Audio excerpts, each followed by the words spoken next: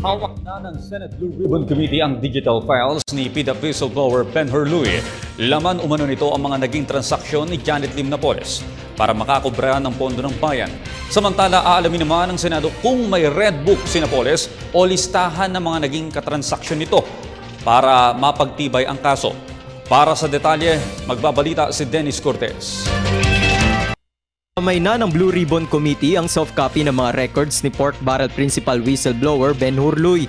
Nagtungo si NBI Director Virgilio Mendez at NBI Chief of Cybercrime Division Ronald Aguto Jr. sa Senado upang personal na maisumite ang isang selyadong CD na naglalaman ng mga digital records ni Luy.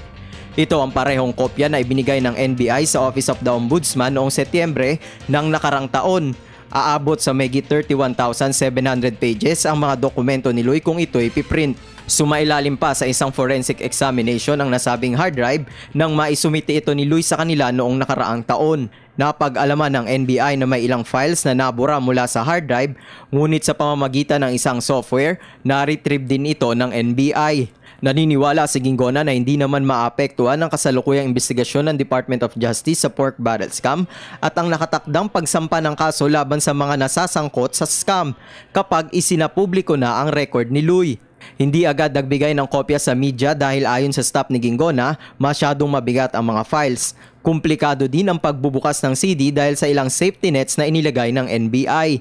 Samantala, pinag-aaralan pa ni Ginggona konsulta muna sa mga miyembro ng kanyang komite kung ipagpapatuloy ang pagdinig ng Blue Ribbon Committee sa PDAP scam.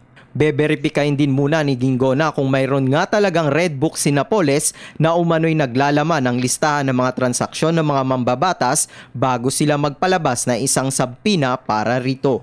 Para sa Telebisyon ng Bayan, Dennis Cortez.